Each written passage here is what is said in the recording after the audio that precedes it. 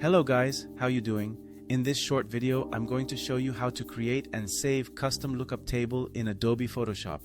LUT is short for lookup table and is used for color grading and adjustments. So here are the steps you need to perform. First, let's open the image that we want to adjust inside Photoshop. To get started, we'll be adding several adjustment layers that will become our lookup table. We can adjust levels, maybe some of the colors to make it warmer, maybe a little touch in the curves panel.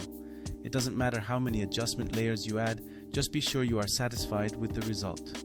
When you're ready to create the lookup table and save it, highlight all the adjustment layers.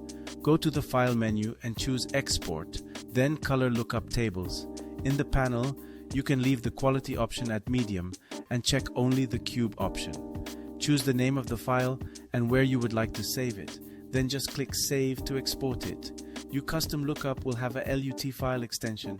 From here you can import it in other image or video editing software such as Adobe Premiere, Adobe After Effects or Blackmagic DaVinci Resolve. You see, that was super easy, wasn't it?